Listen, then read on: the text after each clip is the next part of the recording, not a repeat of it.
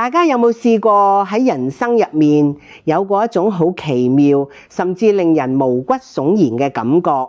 可能係喺人頭湧湧嘅街市，又或者係喺喧鬧嘅婚宴度，你偶然見到一個完全唔識嘅陌生人，你明明由出世到依家都未見過佢，但眼神交匯嗰一刻，你個心入面竟然湧起一種講唔出嘅熟悉感。你總覺得喺邊度見過呢個人，佢望落好親切，令你忍唔住想望多幾眼，甚至想行埋去同佢傾偈。但你蟻遍大腦所有嘅記憶庫，好肯定大家係素未謀面嘅。相反，又有另一種截然不同嘅情況，你喺工作場合或者朋友聚會遇到一個陌生人，佢明明笑容滿面，一句說話都冇得罪過你，但你打從心底裏面就係好唔中意佢，甚至有種抗拒感。你解釋唔到點解，可能只係佢一個細微嘅眼神，一個不經意嘅小動作，甚至只係佢講嘢嘅語氣、行路嘅姿勢，都令你覺得周身唔聚財，就好似大家身邊包圍住嘅磁場完全排斥咁。只要同佢共處一室，你就會覺得呼吸困難，好想避開佢。其實呢兩種強烈但又無以名狀嘅感覺，並唔係無中生有，亦唔單止係心理學上講嘅潛意識投射。從我哋東方古老嘅傳統智慧，特別係佛教深邃嘅因果觀念嚟睇，呢一切都同你哋前世甚至多生多世之前嘅緣分有住千絲萬縷、斬不斷理還亂嘅關係。我哋成日將緣分兩個字掛喺嘴邊，但真正明白個中奧秘嘅人又有幾多？緣分有分善緣同惡緣，亦有分深緣同淺緣。今生同你結為夫妻，每晚同床共枕，陪你行盡人生大半生嘅嗰個人，究竟前世同你有住咩嘢驚天動地嘅淵源？佢今世嚟到你身邊，到底係為咗報答你前世嘅大恩大德，定係嚟追討你前世欠下嘅血債？呢段婚姻究竟係命中注定嘅善緣，定係在劫難逃嘅業緣？其實一切喺你出世嗰一刻，甚至更早之前，就一早已經寫好咗劇本。今日我哋就嚟深入探討一下前世今生嘅因果之謎，揭開呢個看似玄幻，但卻同我哋每個人息息相關嘅生命真相，生死流轉與靈魂嘅不滅本質。自古以來，人類對生與死嘅探索從未停止過。點解我哋會嚟到呢個世界？死後又會去邊？好多人以為東方最偉大嘅聖人孔子只係講究世間嘅倫理道德、治國平天下嘅道理。正所謂未知生焉知死，以為儒家避談生死，但其實只要你細心研讀，就會發現孔子絕對相信靈魂不滅同埋輪迴嘅存在。喺佢為易經寫嘅注解入面，孔子講過一句好震撼嘅說話：精氣為物，遊魂為變。呢短短8隻字，其實蘊含住極高嘅宇宙物理同生命哲學。精氣為物係指我哋父母結合精血之氣，再加上宇宙間嘅物質元素，孕育出我哋依家呢個肉身，令我哋可以以一個物質實體嘅形態存在喺地球上。但更重要嘅係後半句遊魂為變。呢個遊魂講緊咩？就係指喺投胎輪迴之前，獨立存在於維度空間嘅精神體，即係我哋平時俗稱嘅靈魂，或者佛教講嘅中陰身。佢喺宇宙中遊蕩，帶住過去世嘅記憶同業力，等到因緣機遇一成熟，就會變轉化，投射成一個新嘅生命形態，進入母胎。呢句話點出咗一個最核心、最顛覆常人認知嘅概念。我哋嘅生命並唔係由媽媽生我哋嗰一日先開始，亦絕對唔會因為肉身心跳停止而灰飛煙滅。呢個肉身只不過係我哋靈魂漫長旅途入面暫時租住嘅一間屋、一件皮囊，佛教嘅智慧將呢個觀念講得更加生動、透徹同系統化。佛教認為我哋嘅真如本性，即係最純粹嘅靈性，係不生不滅、不垢不淨嘅。所謂嘅生死，只不過係靈魂換件衫、搬個新屋嘅過程。當今世嘅肉身因為疾病、意外或者衰老而損壞，就好似租約期滿、日久失修嘅舊唐樓咁，屋頂漏水、牆身剝落，我哋嘅靈魂就冇辦法繼續住落去，必須要搬走，再次踏上旅途，去另一個合適嘅地方安身立命。點解我哋要不斷咁搬屋？因為無明，無明即係對生命本質同宇宙真相嘅絕對無知，因為我哋唔明白萬物皆空嘅道理，執着於名利、愛恨、貪嗔癡，呢啲執念就產生咗強大嘅引力。呢股引力令我哋喺六道、天道、阿修羅道、人道、地獄道、餓鬼道、畜生道之中，不斷生生死死、浮浮沉沉，經歷所謂嘅輪迴。我哋飲咗孟婆湯，經歷咗隔陰之謎，忘記咗前世嘅種種，但靈魂深處嘅愛恨情仇卻化成咗直覺同潛意識，跟住我哋嚟到今世。所以今世同你最親近嘅人，無論係養育你嘅父母，同你山盟海誓嘅伴侶，你視為命根嘅仔女，甚至係你最好嘅知己、最痛恨嘅仇人，其實喺前世、前前世都曾經以唔同嘅角色同你相遇過。大家喺生生世世嘅劇本入面互換角色，有時做父女，有時做夫妻，有時做仇敵。民間有幾句流傳極廣嘅說話，聽落好似好宿命論，但係如果你有一定嘅人生閱歷，細心劏下，就會發現佢其實講透咗人際關係最底層嘅因果邏輯。今生嘅老婆係你前世安葬嘅人，前世佢橫屍街頭，你出於善心將佢好好安葬，呢份恩情令佢今世化身為你妻子，用一生嘅青春同照顧嚟報答你。今世嘅仔係你前世嘅債主，你前世呃咗佢錢或者欠咗佢命，今世佢就投胎做你個仔。你會發現自己無論賺幾多錢，最終都會為咗佢而花光，甚至被佢激到半死。呢啲都係嚟追討你未還嘅債。今生嘅女係你前世嘅情人，前世愛得轟轟烈烈，但未能開花結果。今世佢轉化為你女兒，繼續享受你對佢毫無保留嘅寵愛，續未了嘅情緣。今生嘅情人係你前世嘅夫妻，前世緣分未盡就陰陽相隔。今世再遇，即使已經各自有家庭，依然會互相吸引，為嘅只係延續嗰段未盡嘅殘緣。今世嘅紅顏藍顏知己係你前世嘅手足，前世一齊打拼，但未能同生共死。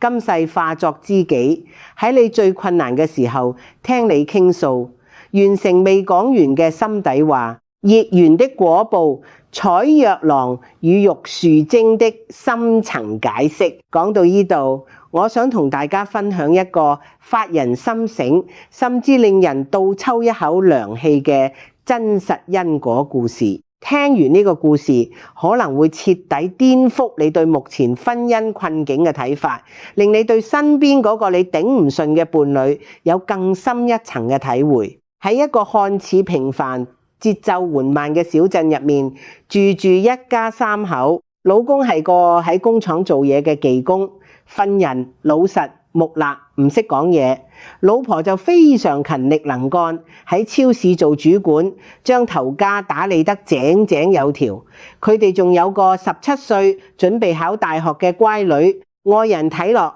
呢個係一個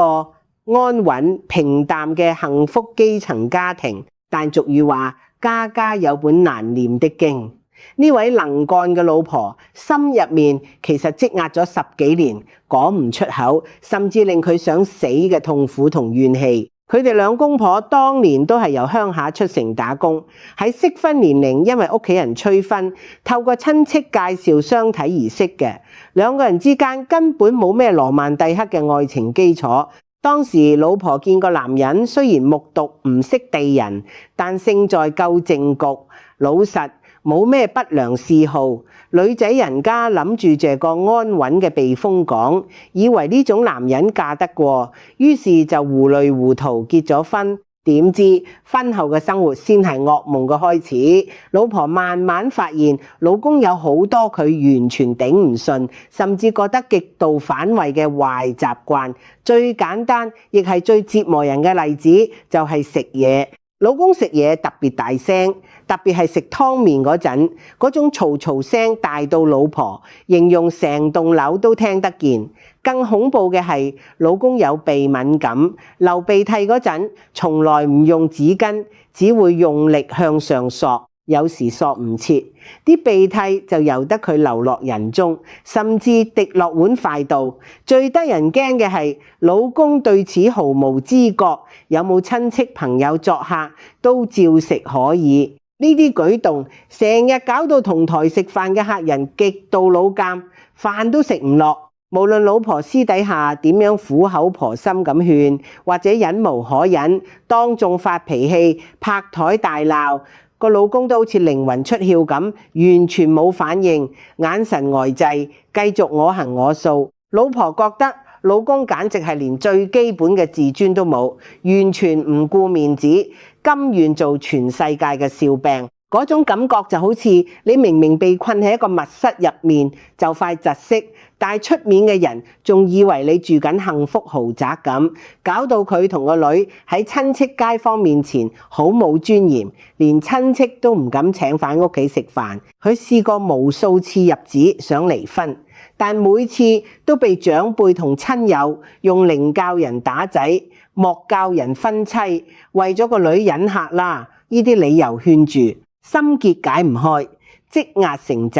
佢每日一見到老公嗰個目無表情嘅樣，就覺得乞人憎，胸口好似俾大石壓住咁。呢種冰冷嘅家庭氣氛，亦嚴重影響咗下一代。佢哋個女自細就缺乏父愛，喺佢嘅成長記憶入面，爸爸從來冇溫柔咁攬過佢，冇同佢講過床邊故事，亦冇好似其他同學嘅爸爸咁，週末帶佢去遊樂場玩。爸爸喺屋企就好似一件會呼吸嘅家私，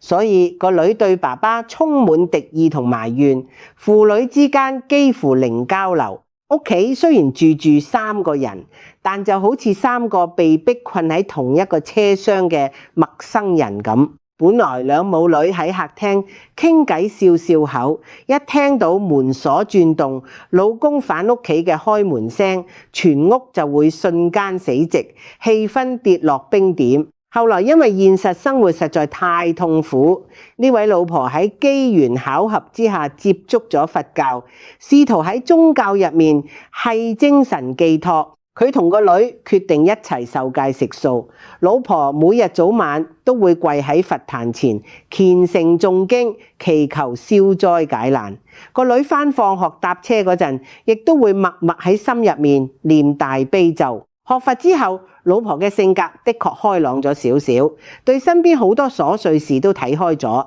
但唯獨是一樣嘢，對老公嗰種心如骨髓嘅怨恨依然死結難解。奇妙嘅事情發生咗，自從佢食素，身心變得清淨之後，佢嘅感官變得特別敏銳。佢發現自己連老公身上散發出嚟嗰陣體味都頂唔順，一聞到就想嘔。最後佢哋只好分房瞓，同住一間屋，但互不理睬，徹底淪為同居嘅陌生人。到我聽到呢個故事嗰陣，佢哋已經分居咗3年。老婆心中只有一個盼望，死忍難忍，等個女下年一考上大學，就即刻律師搞離婚，徹底結束呢段長達10幾年嘅人間地獄。多年嘅積怨鬱結，亦令老婆爆發出好多暗病，經常偏頭痛、失眠、內分泌失調、身心俱疲。呢對表面上根本無法拆解，互相折磨嘅夫妻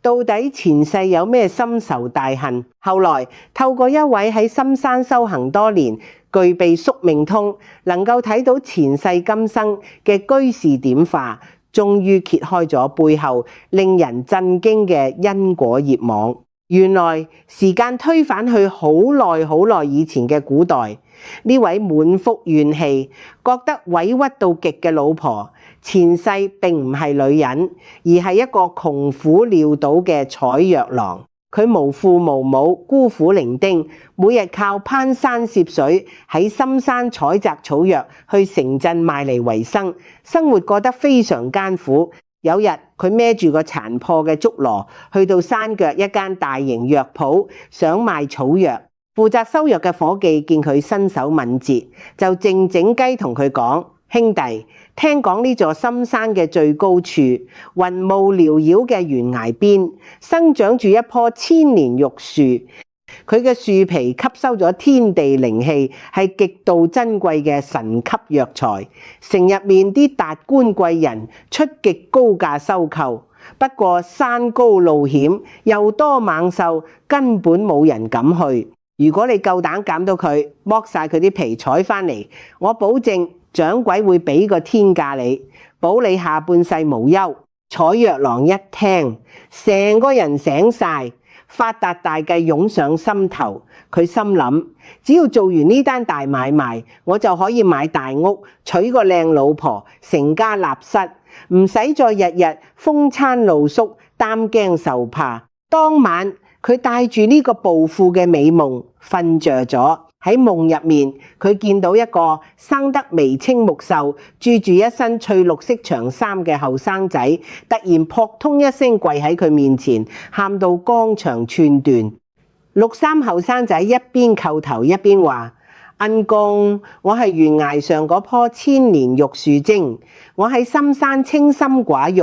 吸收日月精華，修煉咗足足1000年。仲差區3年，我就可以渡劫得道成仙。如果你聽日嚟剝晒我啲樹皮，就等於生剝我層皮，要咗我條命，我1000年嘅道行就會一朝喪盡，永不超生。求求你高抬貴手，俾多3年時間，我3年後我得道升仙，一定會用天界最好嘅仙丹同無盡嘅金銀財寶嚟報答你。但係當時嘅採藥郎已經被貪婪同慾望徹底蒙蔽咗雙眼，一心只掛着錢儲老婆，邊度聽得入耳？佢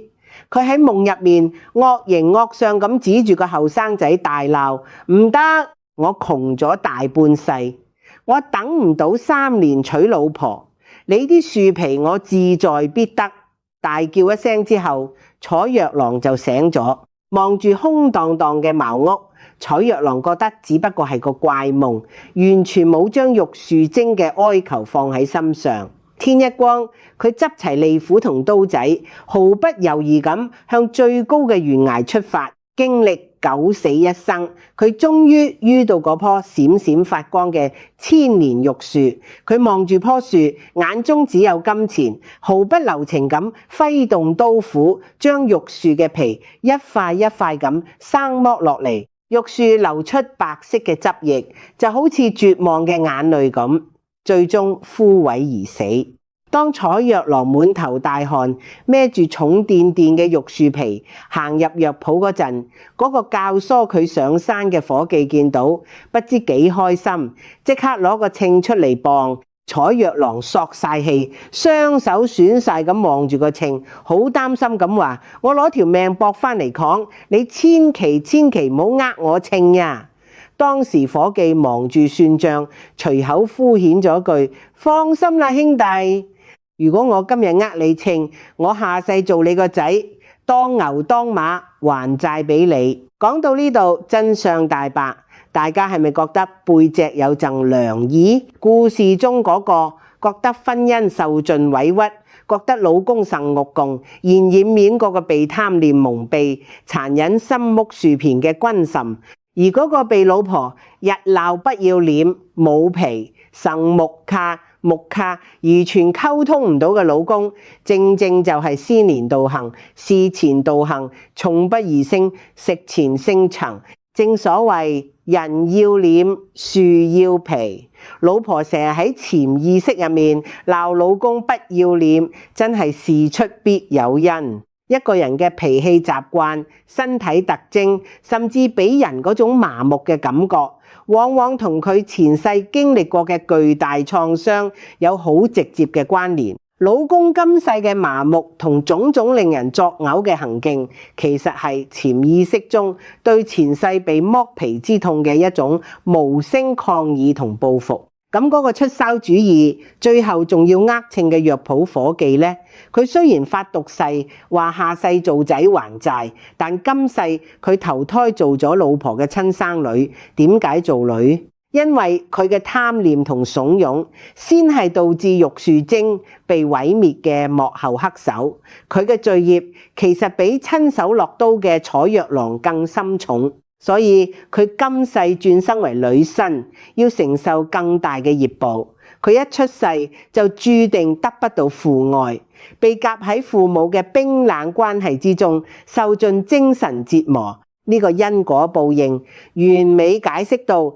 點解佢哋父女之間嘅關係會咁冰冷異常，就好似天生嘅仇家咁。當老婆聽完居士嘅開示，明白咗前世今生呢段千絲萬縷嘅因果網之後，佢成個人崩潰痛哭。佢終於明白自己10幾年嚟受嘅委屈同折磨根本怨不得人。佢同個女第一件事要做嘅就係跪喺佛前，打從心底裏為前世犯下嘅貪婪同殘忍重罪真誠懺悔。同時佢亦徹底放下咗對老公同爸爸嘅怨恨，因為佢醒覺到今世老公種種難以忍受嘅行為同冷漠，其實都係佢同個女前世自己親手種下嘅惡果。如是因如是果，半點不由人。所以話人與人之間嘅相遇結合，絕對唔係偶然嘅機率遊戲。如果你哋前世嘅緣分同業債未了，就算大家相隔108000里，甚至身份地位懸殊，命運嘅齒輪都會排除萬難，將你哋拉埋一齊，逼你哋去還債。但如果緣分已盡，債已還清，就算大家日日住埋同一間屋，睡喺同一張床，雙方嘅心靈都會似兩條無交集嘅平行線咁，最終各散東西。錯過的善緣，曇花與偉爬的時空交錯。除咗惡緣同業債，佛經同民間傳說入面，亦有好多關於錯過嘅善緣嘅淒美故事。同樣講述住緣分時機嘅不可思議，其中最經典嘅就係曇花一現為維陀。傳說喺好耐以前嘅天界，有一個負責掌管百花嘅仙女，名叫曇花仙子。佢悉心栽培嘅花朵，四季常開，永不凋謝，美麗非凡，散發出令人心醉嘅仙氣。當時天庭有個負責巡邏、生得英俊挺拔嘅天神後生仔，偶然發現咗呢片花海，佢被曇花仙子嘅美貌同溫柔深深吸引，日日都偷偷走去花園幫仙子除草淋水，兩人日久生情。曇花仙子亦將成顆心交咗俾呢個溫柔嘅後生仔。但係天界有極度森嚴嘅天規，神仙絕對唔可以動凡心生情慾。玉皇大帝知道佢哋私相授受之後，大發雷霆，決定棒打鴛鴦。佢將曇花仙子重罰，貶落凡間做一朵普通嘅花，仲下達惡咒，罰佢每年只可以喺午夜時分極度短暫咁開花一次，瞬間就會凋謝。而嗰個天神後生仔就被剝奪仙籍，送到西天靈鷲山，跟隨佛祖出家修行，賜名偉陀。最殘忍嘅係天帝施法，消除咗偉陀腦海中所有關於曇花仙子嘅記憶，令佢變成一個六根清淨、心如止水嘅修行者，並被貶落凡間受苦嘅曇花仙子，雖然失去咗仙法，但佢對韋陀嘅愛依然刻骨銘心。佢四處打聽，知道韋陀每年嘅某月某日必定會落山為佛祖採集清晨最純淨嘅朝露。於是佢耗盡最後嘅靈力，選擇將自己嘅根深深扎喺韋陀落山必經嘅小路旁邊。曇花仙子用足足1年嘅時間，默默忍受風吹雨打，積累每一滴養分同精力。佢唔求長相廝守，只求喺韋陀經過嗰短短一個時辰入面，綻放出世上最燦爛、最芬芳嘅花朵。只盼望心愛嘅人可以停下腳步，望佢一眼，喚醒一絲絲前世嘅記憶。但係造化弄人，年復一年，早就被斷絕情根，專心致志修行嘅韋陀，每次手持金剛杵，步履匆匆咁經過小路，眼神從來都只係望住前方。佢未曾一次為路邊呢朵為佢而開到吐血嘅白花而停留。曇花仙子無聲嘅哀怨同眼淚，雖然感動唔到韋陀，但就被山腳下一個叫宇明嘅平凡後生仔睇在眼內。宇明係個凡人，佢偶然見到曇花開花嘅絕美瞬間，深深愛上咗化身為花嘅仙子。見到仙子連連心碎，宇明亦痛徹心扉。佢問仙子點解咁執住，仙子只係嘆息話：你只係個凡人，你幫我唔到嘅。但宇明冇放棄，佢用自己短暫嘅一生，默默守護喺曇花旁邊，夏天為佢遮太陽，冬天為佢擋風雪，就好似當年韋陀喺天庭照顧曇花咁。宇明用一生嘅行動證明咗咩叫無私嘅愛，直到宇明白髮蒼蒼、臨終咽氣嗰一刻，佢嗰份純粹而痴情嘅執念，終於感動咗天地，神明獲准，佢嘅靈魂帶住曇花仙子嘅精魂，飛躍千山萬水，去到靈鷲山大雄寶殿，直接企喺韋陀面前。當韋陀睇到精魂耗盡、奄奄一息嘅曇花仙子嗰一剎那，當年被天帝封印嘅記憶就好似決堤嘅洪水咁，瞬間湧現，前世嘅誓言、相愛嘅畫面全部記起。韋陀流下咗修行多年以嚟嘅第一滴眼淚，上天最終被呢份超越三界、跨越生死嘅真情打動，破例准許韋陀落凡間迎娶曇花。但係悲劇並未完結，呢段好不容易修成正果嘅情緣，最終因為宇明當日私自帶凡間花神擅闖天界，嚴重觸犯天條而破滅。宇明被重罰，靈魂注定生生世世漂泊無依。後人為咗紀念呢段錯綜複雜嘅三世情緣，留低咗一句流傳至今嘅佳話：曇花一現為韋陀，宇明一生為成全。呢兩個故事，一個講述無可避免嘅惡緣業報，一個講述令人嘆息嘅錯失善緣。但佢哋背後帶出嘅宇宙規律係一樣嘅，前世若不相欠，今生注定不見。世間所有嘅相遇，哪怕只係擦身而過，都係久別重逢。有人愛你，愛到肯為你死，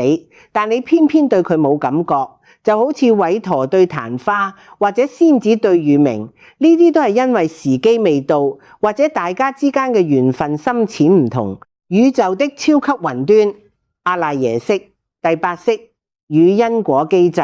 講到呢度，大家可能會有個好科學嘅疑問：前世嘅事我都死咗啦，個腦都化灰啦，記憶同業力究竟係點樣儲存落去，帶到去今生蓋？要解答呢個問題，我哋就要引入佛教唯識宗入面一個極度高深但又非常符合現代科學邏輯嘅概念——阿賴耶識 （Alaya Consciousness）， 即係第8識。我哋平時感知世界靠嘅係眼、耳、鼻、舌、身、意，即係前六識，對應視覺、聽覺、嗅覺、味覺、觸覺同表層意識。心理學講嘅潛意識大約對應第七識末那識，主宰自我執着，而阿賴耶識係最底層、最根本嘅意識。用現代人最容易明白嘅 IT 概念嚟講，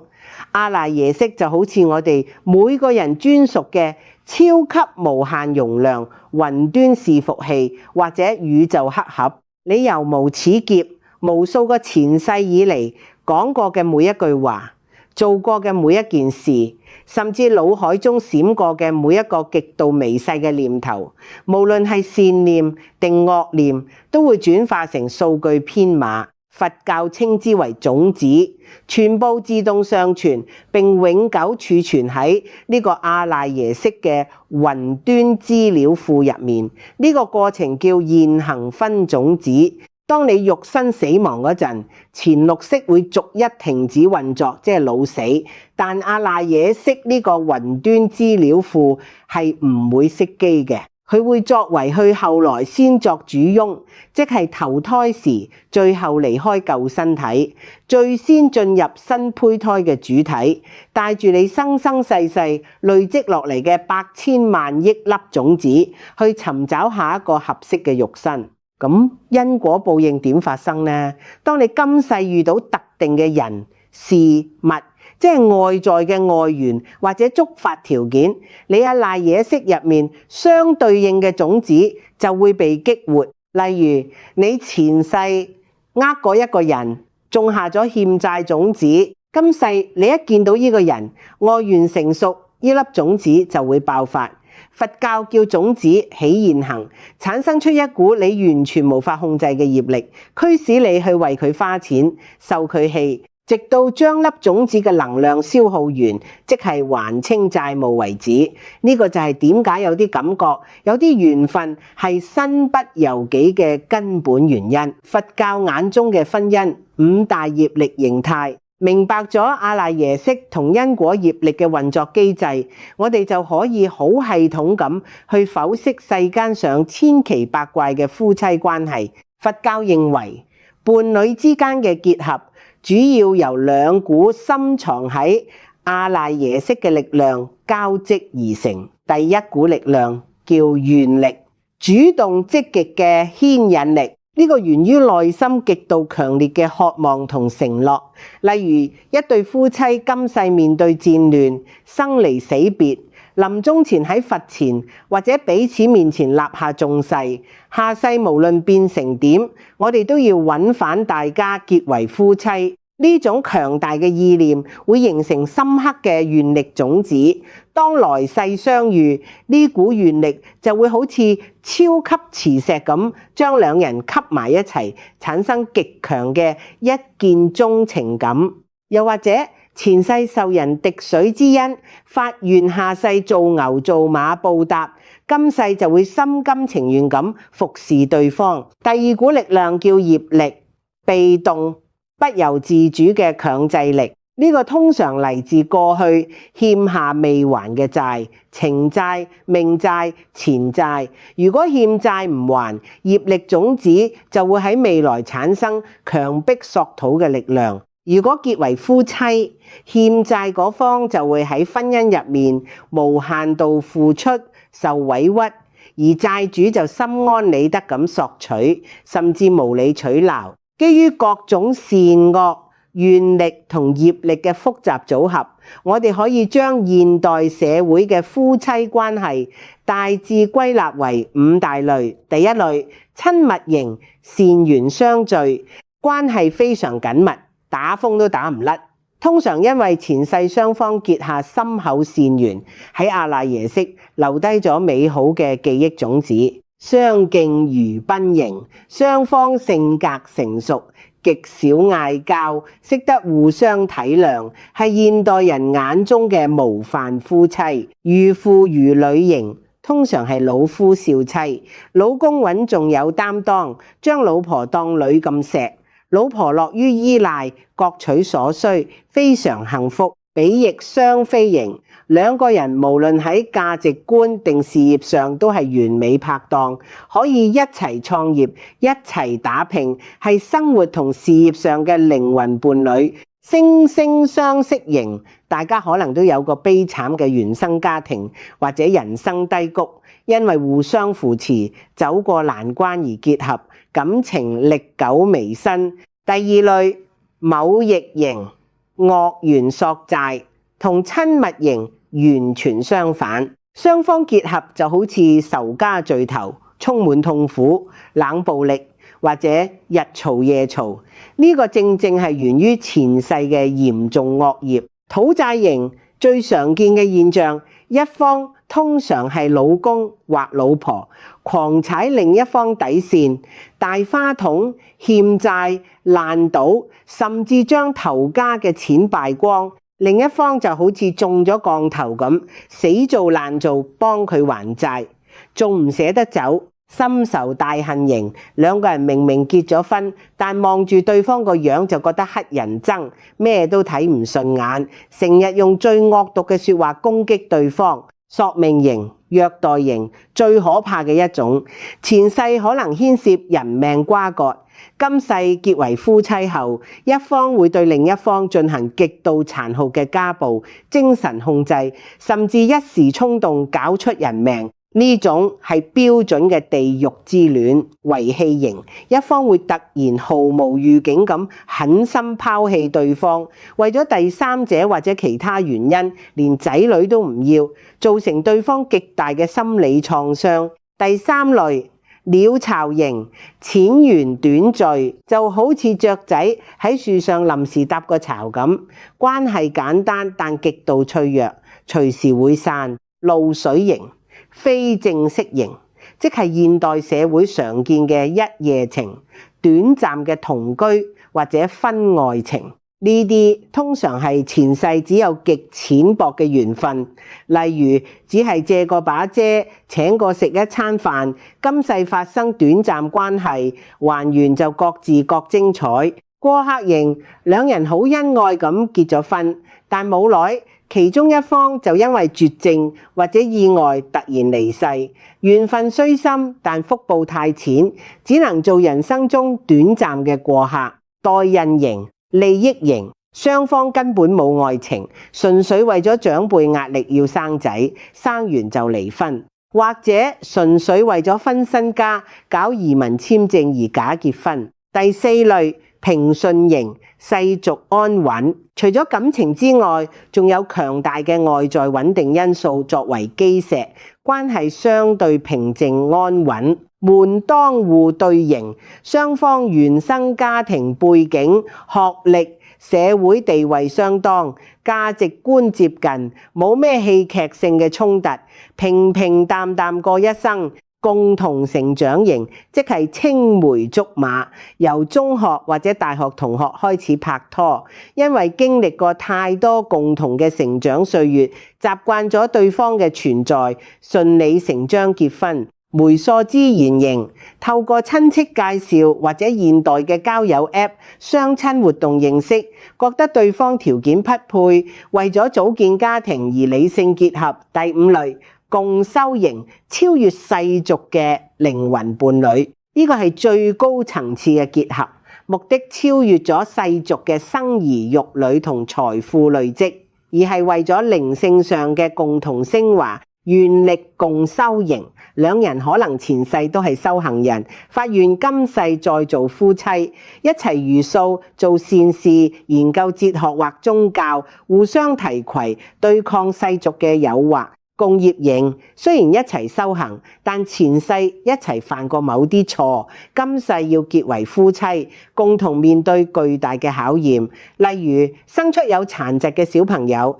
透過共同承擔苦難嚟消除業障，提升靈魂維度，轉危為機。今生如何了？緣與轉業。講咗咁多，前世今生因緣果報，相信大家對自己身邊嘅人際關係已經有咗全新嘅視覺。但我講呢啲絕對唔係要令大家變成消極嘅宿命論者，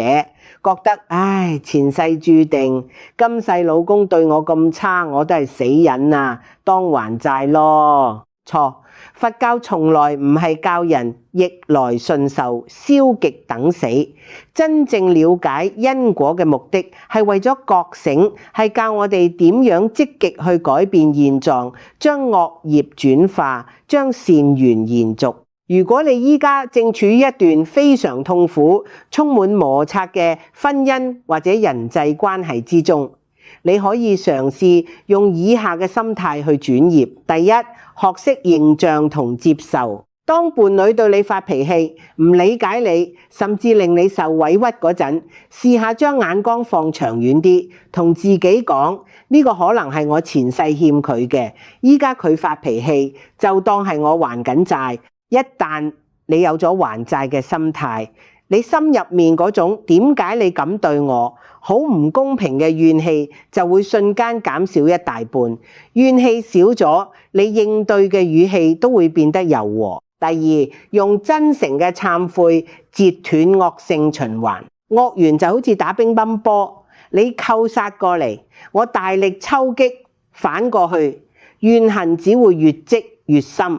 要停止呢場比賽，唯一方法就係其中一方放低塊波拍。當衝突發生，嘗試控制自己嘅嘴巴，唔好出惡言反擊，喺心入面默默向對方嘅靈魂懺悔。無論前世我點樣傷害過你，我今世真心道歉，希望我哋嘅恩怨到此為止。呢種睇唔見嘅心念願力，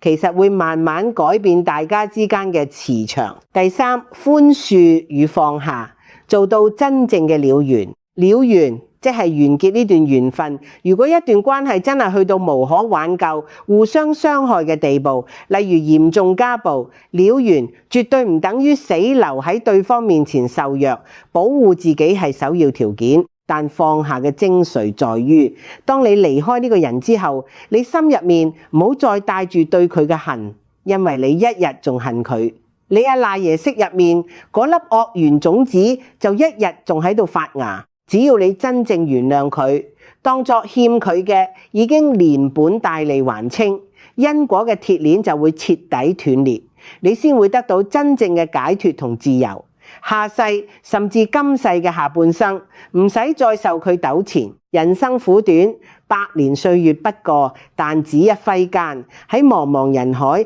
百千萬劫嘅輪迴之中，兩個人可以相遇、相知，甚至結為夫妻，成為一家人。嗰份機率簡直細過中六合彩頭獎。呢份緣分真係得來不易。面對善緣，我哋要加倍珍惜，用心去灌溉，將愛情升華為恩情同道情，令緣分變得更深厚。面對惡緣，我哋要用慈悲、智慧同極大嘅耐性去化解，唔好自以為是，唔好強求別人改變嚟配合自己，因為你每一個起心動念，每一個寬容嘅微笑，都喺度為自己嘅未來種緊新嘅善因。希望大家每一次嘅相遇，無論開頭係甜定苦，最終都可以修成正果，圓滿收場。喺人生的劇本落幕之時，冇任何遺憾。